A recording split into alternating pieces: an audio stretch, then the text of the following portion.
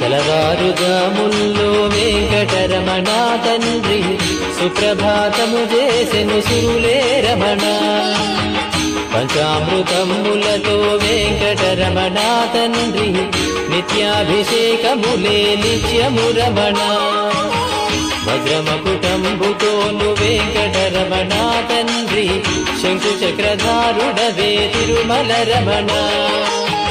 మూడు నామాలతోను వెంకటరమణ తండ్రి ముల్లోకములు ఏడడి మూర్తి విరమణ.